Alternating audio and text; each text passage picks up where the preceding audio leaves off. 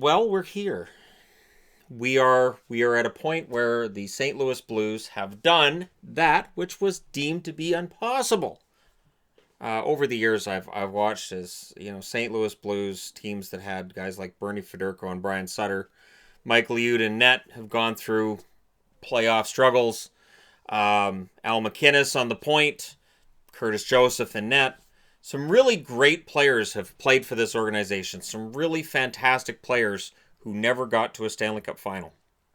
Great players who may have won elsewhere, came in, could not get to the Stanley Cup final with St. Louis, and players who've played in St. Louis and moved on to other cities and had success.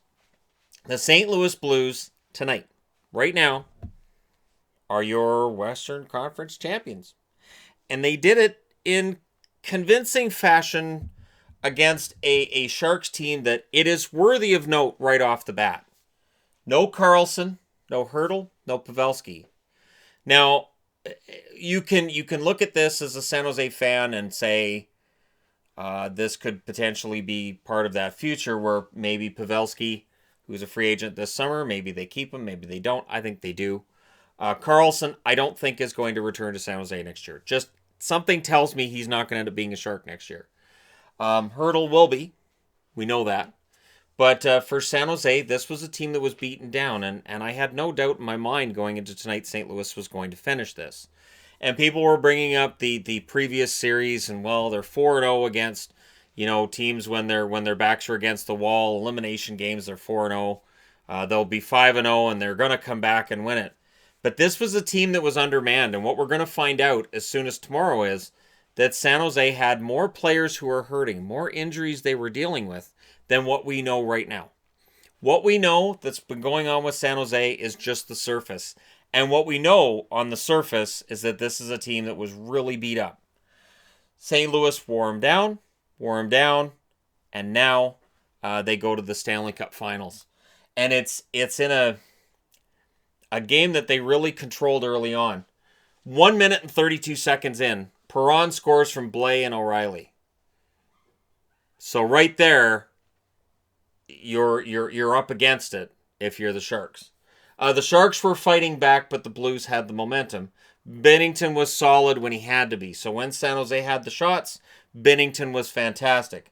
There was some chippy play. There was no calls on some of that chippy play that I noticed. There was a play where we haven't got up to it yet. I'll get to it. But Sorensen ended up being taken out. I didn't see that he came back into the game, but I was really intent on watching what was going on with St. Louis, and San Jose was already down so many men in this game that it was going to be a struggle for them no matter what. And then there was a Gaudreau trip that led to a power play for the Blues. And the Blues tonight on the power play made no error, especially early. It's Tarasenko from Parayko and O'Reilly. So St. Louis up 2-0 at that point. The Sharks did push when they were down 2-0, but I never really got the feeling with St. Louis, or I never really got the feeling with San Jose that they were a threat to come back and tie this game.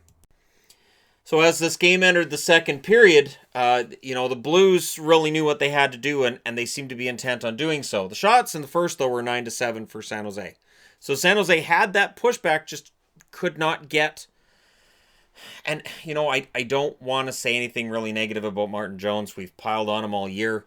He was outdueled by Binnington tonight, though. Binnington, absolutely, when they needed the saves, they were there. There was a near miss by the Blues at 3 minutes and 30 seconds. I thought the sleepy start to the period, it seemed like kind of a slow start. I thought that favored the Blues. And then Gambrell scores his first point in the playoffs. Donskoy and Martin Jones with the assist on that one. So for Sharks fans, it felt like maybe. The Sharks seemed to be alive, and they were pushing for the tie. And this was around the time where Sorensen gets taken out. He wasn't back yet at the time I wrote that on the board. But you get the feeling maybe, right? And the Sharks kept pushing for it. I got on here, the Sharks are pushing really hard. And then they take another penalty. And this really is what kills them. You can't look at that Barclay Goodrow trip and say, oh, well, that's not a penalty. It is. And the penalty that led to this goal, it's a penalty. And I know there's going to be people who complain about the refereeing because it's a hockey game, and that happens after every single hockey game has all year. But to me tonight, the referees were trying to let stuff go, and there were plays that they just couldn't. Braden Shen then scores a power play goal from Pietrangelo and Thomas. So St. Louis is up 3-1. And that really felt like that was what took the knees out from under the San Jose Sharks. That 3-1 goal really made it insurmountable. And again, and I know that there will be people who say, well, in previous series we saw, and what happened in Game 7 against Vegas was this weird once-in-a-lifetime thing. And I mean once-in-a-lifetime because it had never happened before. So when we start talking about that, it's sort of like how, the LA Kings scored in an overtime with 1 second left. So now everybody thinks they can do it. It's one of those doesn't really happen things. Scrambly play favored the Blues, I felt, and the Blues were pushing for that fourth goal. End of the second period, it's 3-1, and Jones was doing his best to keep it from being 4-1. The shots were 9-7 for St. Louis in that second period. Then in the third period, the Blues went for the kill early, and then Maroon got a tripping call at 1 minute and 36 seconds. And again, they're trying to let him play, but Maroon, it was an obvious tripping call, and the Sharks hit the post on the power play. The Sharks did not have any puck luck tonight. This was a negative night in terms of puck luck for San Jose, and that's how the hockey gods work this whole thing. You're going to have it one night, you're not going to have it the next. The Blues were blocking shots as well. So not only did the Sharks hit the post, the Blues were blocking shots. The shots were 5-0, however, for San Jose 5 minutes into the third period. So the Sharks are pushing. They're doing everything they can to try to get that goal. Binnington with some robbery at 7 minutes. I believe that was on Logan Couture. He robs Couture at 10 minutes and 31 seconds. I'm trying to remember, at 7 minutes. He committed robbery twice in that third period. Binnington earned his cash in the third period, keeping in mind that players don't get paid for playoffs. Their contracts are for the regular season, so playoffs don't positively or negatively impact how much they make. The amount of money you get paid for playoffs is very, very little compared to your regular season earnings. The Blues were holding very, very well, and then Jones prevented it from being 4-1 shortly after that. But before I can really elaborate on it, it's 4-1. And it's 4-1 on Gustav Nyquist putting it into his own net. And again, it's one of those hockey gods things. One of those moments in a game that you can look back at and go, that's the hockey gods getting back at him. And that's, hey, you guys want to have that opinion? You can. The Sharks came as far as they could. They lost the war of attrition to the St. Louis Blues. This trench warfare that the Blues played, they played it well. As a Dallas fan, I've seen this script. As somebody who watched the Jets series as well, I've seen this script. St. Louis is very good at it. And Boston, I really hope they were watching this tonight, because Boston is vulnerable. They're 100% vulnerable. And this St. Louis Blues team, I'm saying right now, for any Bruins fans who are going to come in and go, we're going to wipe these guys out, I really don't think so. This Blues team, this is different than anything I've seen from them before. So Gustav Nyquist puts it into his own net. Bozak gets the goal. Perron and O'Reilly are credited with assists. And it's a rough finish for Gustav Nyquist. This is going to be a very different San Jose team that plays in the fall than what we've seen in this game tonight. And again, we'll see just how many injuries they were really dealing with on this team. I think it was a lot more than what we saw. The Sharks were broken on that fourth goal. That was it. They pushed really hard to make it 3-2, and then after that fourth goal, it was just done. The fans were very, very loudly chanting with 3 minutes left. The "We Want the Cup" chant was very loud. Boston heard you on that one. And then they had the empty netter. So San Jose pulls the goalie, because why not? It's the last game of the year. Throw everybody on the ice, give it a shot, and Barbashev gets the empty netter on a San Jose pass. You can look at that and say, well, it wasn't a great pass by San Jose, but they're down 4-1. They're in their own zone. There's a couple minutes left. You're doing any kind of Hail Mary thing you can try to do to chip into that, and it's just not going to happen. So Barbashev with his second of the playoffs, and the shots were 10-3 for San Jose in that third period. So if you're looking for who your MVP is right now for St. Louis, it's Binnington. He allowed 2 goals in the last 3 games. For Boston, it's Rask. We could be looking at a very low-scoring Stanley Cup final. And I'll get into it, and I'll do the preview for that finals tomorrow. But we could be looking at a pretty low-scoring Stanley Cup finals. St. Louis is very, very good at taking advantage of any opportunity they're given. Same with Boston. This matchup's going to be fantastic. Game 1 is on Monday, for people who are curious. So St. Louis now has 6 days off. So for people who say, well, Boston's had too many days off. Look, St. Louis is going to have 6. That's a long time to have days off. I don't think there's a big advantage to be gained for either team. They're both going to be well rested and should be somewhat healed up by the time that the Stanley Cup Finals start. And that's what we want. And I think that's why the Stanley Cup Final is scheduled as late as it is. I think that's why the NHL did it. To make sure that we're not in a situation where one team's really beat up coming out of a 7-game series and the other one's well rested. The Blues were last on January 2nd. They are now in the Stanley Cup Final. It's a tremendous story. It is a story that we're going to be talking about for years. If St. Louis loses in the final, we are still going to be talking about what the Blues did because they were in last place.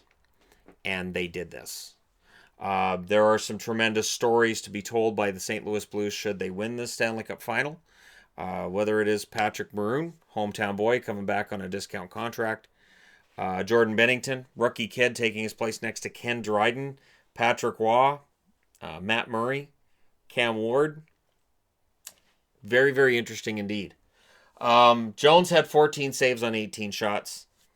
I'm not going to put it on him. His own player put it in on him for that 4th goal. There are 2 power play goals in there. And, the Perron goal at 132, it underlines what San Jose had a problem with this whole playoffs. Slow starts. And San Jose's defense in general was not good in the playoffs. Absolutely not.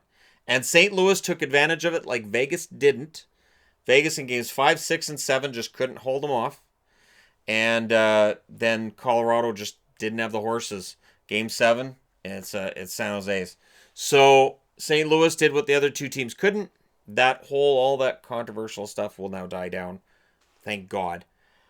Seriously, I'm tired of it. I'm glad it's going to die down.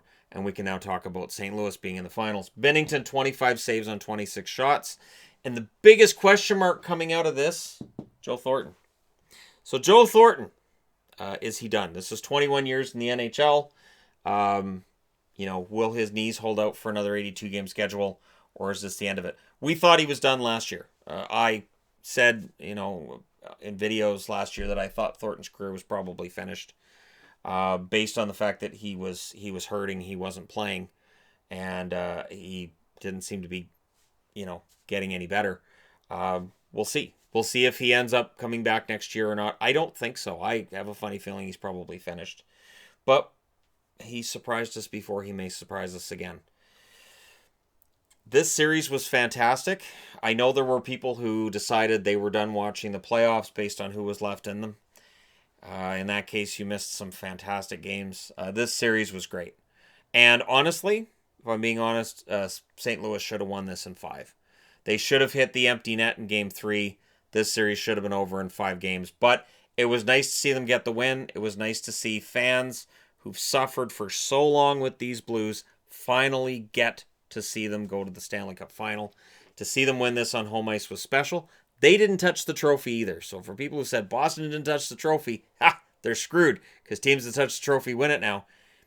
Now neither of them can win the Stanley Cup because St. Louis didn't touch it either. And you know what I like? I like not touching the trophy because I like the message that sends. I like that it sends the message of, yeah, that's a nice trophy. The one we really want is 4 victories away. That's the message that sends. I like it a lot. So I like that they take a picture with it and they go, yeah, we'll just leave it there. The real trophy, that's the big Lord Stanley's mug. We'll be holding that one up and carrying it around the ice in 4 victories from now. And St. Louis has an excellent chance. This is going to be one heck of a final. And I'm really looking forward to it. So couldn't be more excited, quite honestly, to see how this turns out. Game 1 in Boston next Monday. And I'm very excited to share this with Blues fans. So for Blues fans, We sparred in the last series between Dallas and St. Louis, and we'll spar again in the next one. I didn't come out of the last series hating St. Louis. That's why when people talk about the Blues and they say, oh, they're a dirty team, I was cheering for Dallas the last round. If I thought they were a dirty team, I would have said it. I don't think they're a dirty team. They're a very physical team. They're a very heavy team. And for Boston, that could absolutely wear them down. They have dealt with some heavy teams in the playoffs. Columbus just didn't quite have what it took to knock them out. St. Louis very well might. So we'll see, right? But it is an exciting time of year. It all starts next Monday. So let me know what you guys think in the comment section below. Don't forget to hit like and subscribe if you're browsing your way through. You just happened upon this video. Cue up Gloria. These guys are going to the Stanley Cup Finals starting Monday. Thank you guys so much for all your support. Thank you guys so much for watching. And I'm really excited about the finals. I will talk to you again soon.